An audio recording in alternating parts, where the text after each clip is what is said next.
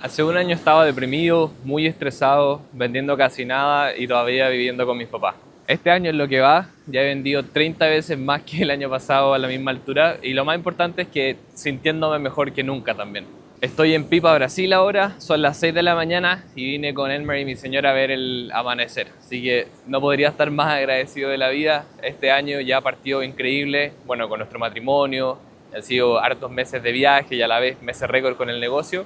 Creo que va a ser uno de los mejores años de mi vida y quería aprovechar de reflexionar porque el año pasado fue un año bastante duro y difícil.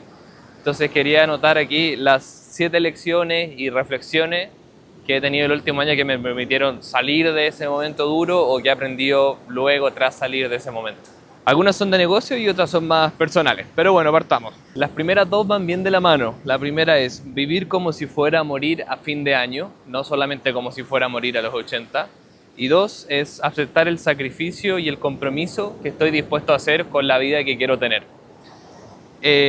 Con lo primero de vivir como si fuera a morir a fin de año, el año pasado vi un par de muertes que me chocaron bastante. Una de hecho fue la de Charlie Kirk, seguro he escuchado hablar de él.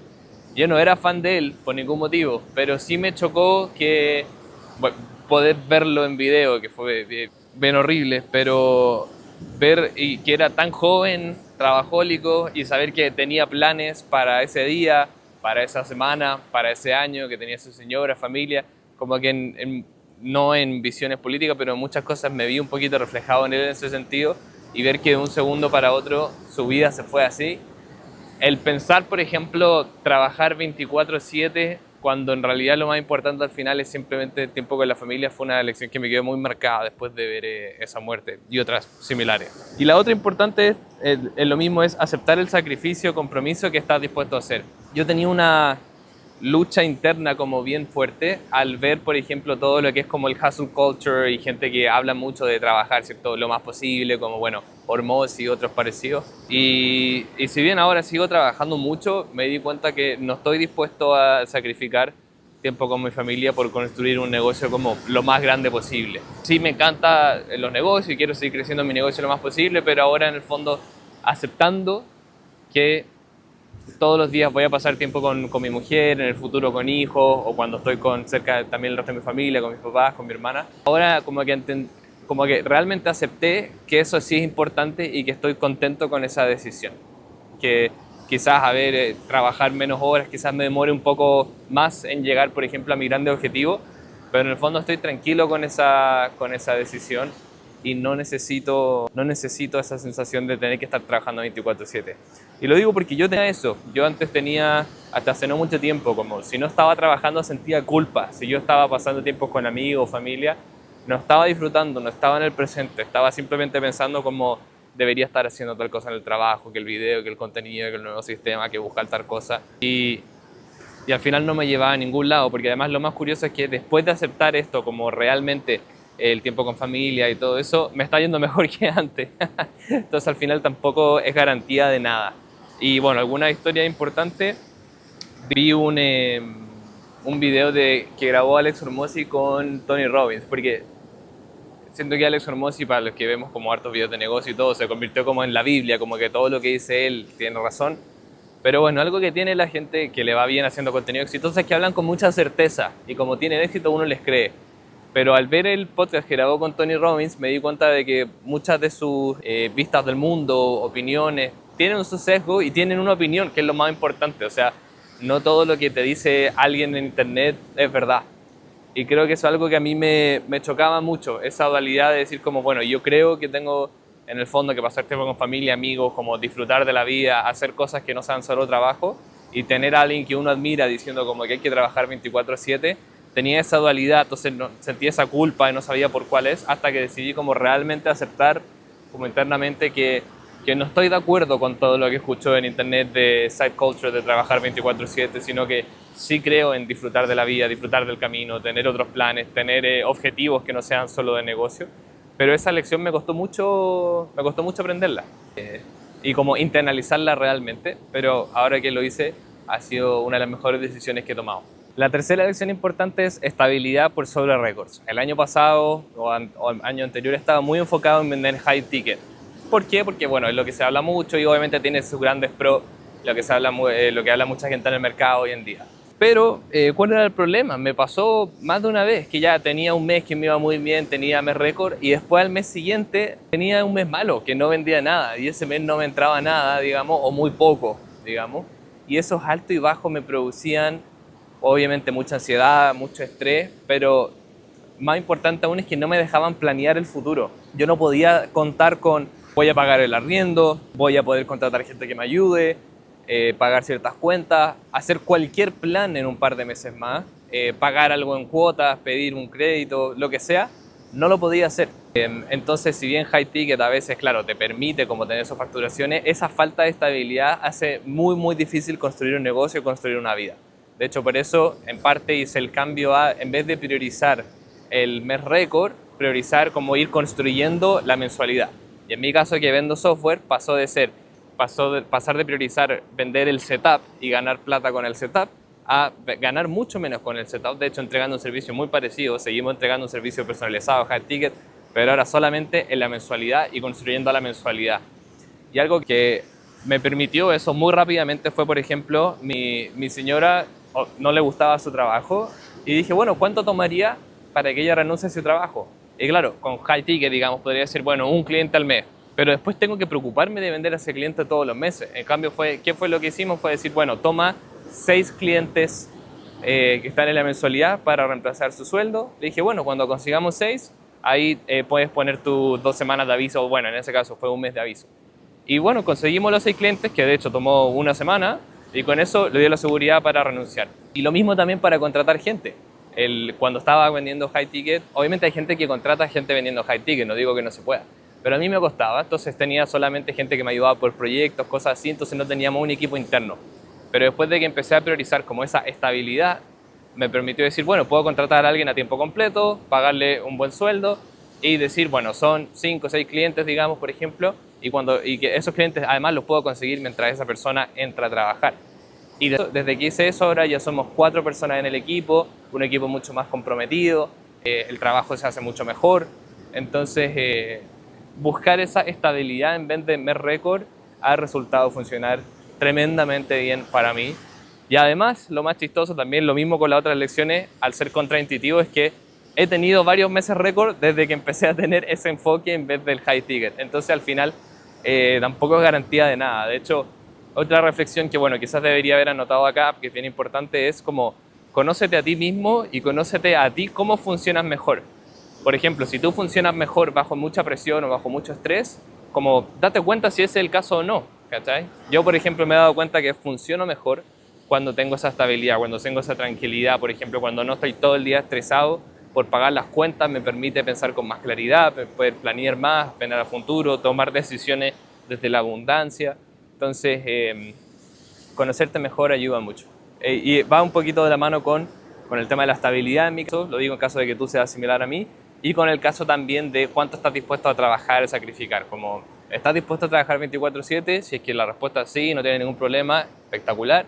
Pero si es que no lo estás dispuesto, al final te va a llevar a quemarte, a tener burnout, que en el fondo fue lo que me pasó a mí. Entonces, cosas que yo sentía que eran contraintuitivas, como priorizar tiempo con familia o de entretención, o priorizar estabilidad por sobre mi récord, al final han llevado justamente a lo contrario que yo habría pensado, que a pesar de estar trabajando un poco menos y estar priorizando esa estabilidad, ahora estoy ganando más que nunca y disfrutando más del proceso. Entonces, bueno, cuarta lección, está bien no trabajar 24/7. Está muy relacionada a las primeras, pero quería como amarrarlo a una historia. Es que, bueno, yo por el primer año de mi negocio no salí prácticamente ni una vez, no tomé ni una gota de alcohol.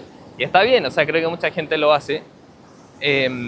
Pero el año pasado estaba viendo un documental de Didi, que obviamente todas las cosas horribles que hizo, de hecho no lo terminé, era demasiado mórbido, pero sí algo que, digamos, aprendí de Didi, digamos, a pesar de que no es ningún modelo a seguir, es que él carreteó, salió toda su vida, todos los días, y aún así fue billonario. Entonces, entonces a lo que voy es que no tomar o tener todos estos 7 hábitos de gente exitosa, millonaria, al final del día son sugerencias, no son leyes, no es lo que tienen en común todos los millonarios, toda la gente exitosa, no no tomar, no salir, no tener amigos, trabajar 24/7. Al final muchas de esas cosas son cosas que está de moda decir o que dicen a veces youtubers o que son opiniones que los empezamos a transformar como si fueran en hechos, pero me he dado cuenta que no lo son.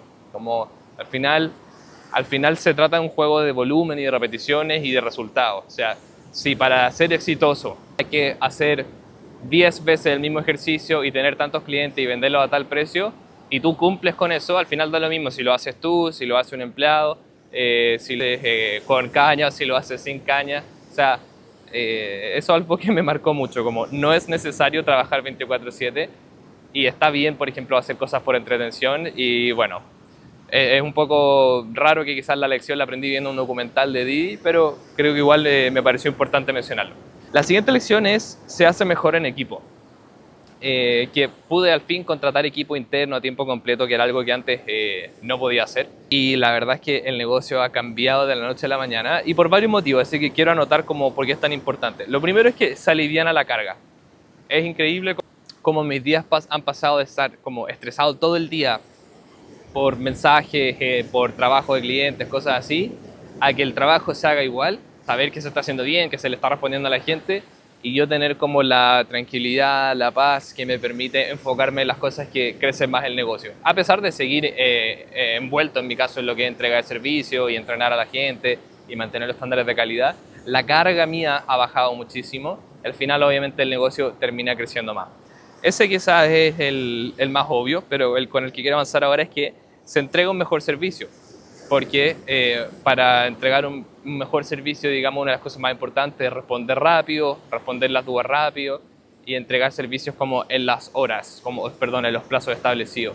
Y eso la verdad que se ha cumplido igual o más que cuando estaba yo solo, mientras además estamos con más clientes. O sea, la cantidad de clientes que estamos manejando ahora, hacerlo yo solo sería totalmente imposible, no podría cumplir con esos plazos. Entonces, un poquito una analogía de lo mismo que como con la IA. Si bien como cada interacción quizás es un poco peor, entonces digo en el caso mío, quizás cada landing que hacemos es un poco peor que si yo hiciera todo solo, igual el servicio en sí termina siendo mejor. Y además que igual yo termino dando feedback o metiendo la cuchara para que en el fondo se mantenga la calidad, pero la calidad entonces final se mantiene, pero sumando a mejores tiempos de respuesta, se respetan más las líneas de tiempo y todo eso con más clientes.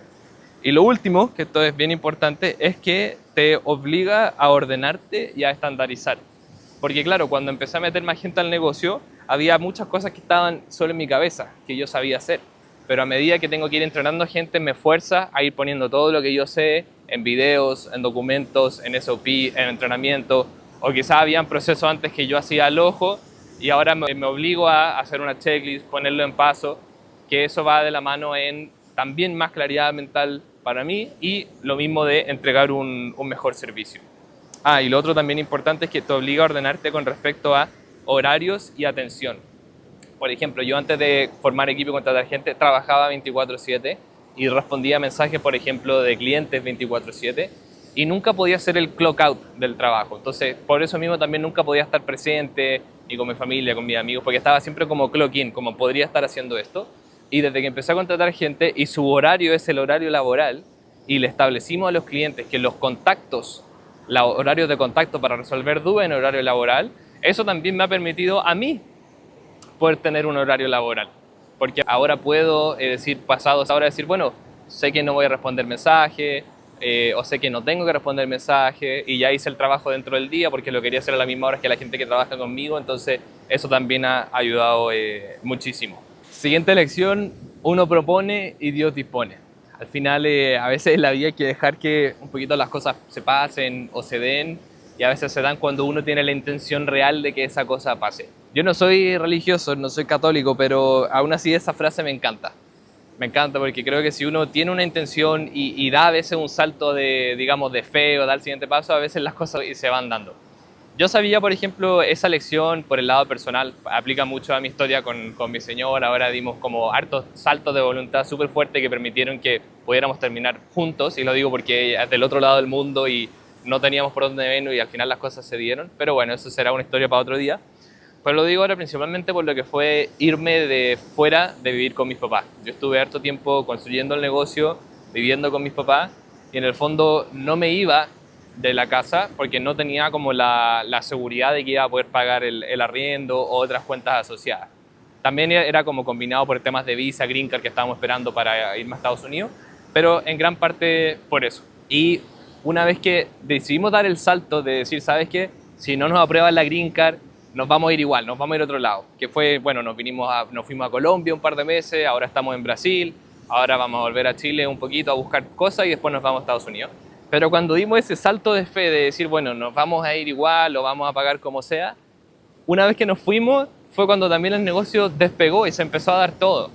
Y fue porque creo que uno consciente o inconscientemente, cuando sabe que no tienes otra oportunidad o cuando sabes que eso realmente es lo que va a pasar en este momento, cuando uno decide como, bueno, en enero me voy a ir y tengo que pagar las cuentas, entonces va a pasar, las cosas se van alineando. A veces consciente o inconscientemente, pero por ejemplo, yo cuando tomé la decisión de buscar estabilidad en vez de un negocio que tuviera el potencial de $100 millones en 2 años, cuando empecé a buscar eso, como definitivamente fue porque sabía que no iba, entonces necesitaba esa estabilidad, necesitaba pagar las cuentas, entonces se dieron las cosas y desde ahí el negocio ha ido creciendo mucho más.